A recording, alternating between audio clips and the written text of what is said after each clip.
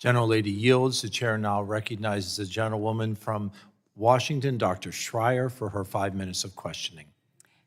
Thank you, Mr. Chairman, and thank you to our witnesses today. This has been such an interesting discussion. I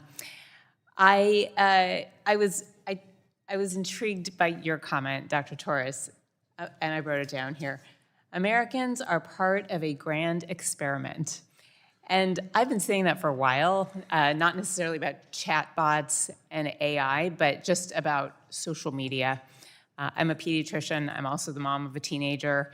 And so I have been watching this from around 2007 to now, and what has happened with the skyrocketing use of screens and little ones, and then social media, and then impaired social skills, and earlier and more eating disorders, depression, anxiety, fear of missing out. Kids go off to college, they fall apart because they think everybody else is having a great time. And it's really been so destructive for kids. And so now we're talking about this on steroids. So now this depressed college student is going to turn to a chatbot for counseling. And as you said, maybe, I mean, none of them are FDA approved anyway, but this could be just a regular old ChatGPT. And we're hearing that like a third of the people who use chatbots find those conversations more satisfying than a real life conversation. And that's super scary. And then I try to, or companies try to reassure me by telling me, don't worry, every hour we're gonna post that I'm not a real person, I'm a chatbot. Don't worry, if any of these keywords come up, we're gonna say call 988. And I just think, what world are we living in? A kid is talking with somebody who they feel really comfortable with, and they're getting great interaction and trust with, and then they're going to call somebody they don't know on 988. And I just find this so worrisome. So as our kids retreat into their bedrooms, I'm not speaking about my kid, as kids in general retreat into their bedrooms, go into their online worlds, fail to build up the nerve to approach a new person for fear of rejection. What do you propose to get out of this cycle where it is so easy to play video games, talk with your friends, talk with imaginary friends, just in your own bedroom? You look ready, Dr. Torres. There's not going to be an easy answer, as you said, but I think we've seen people, again, so excited about chatbots and kind of putting these mythical abilities.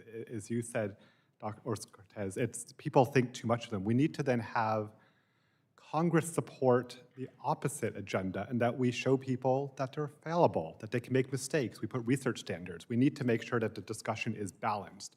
And right now, we don't have a balanced discussion in America about these chatbots, especially their mental health potential.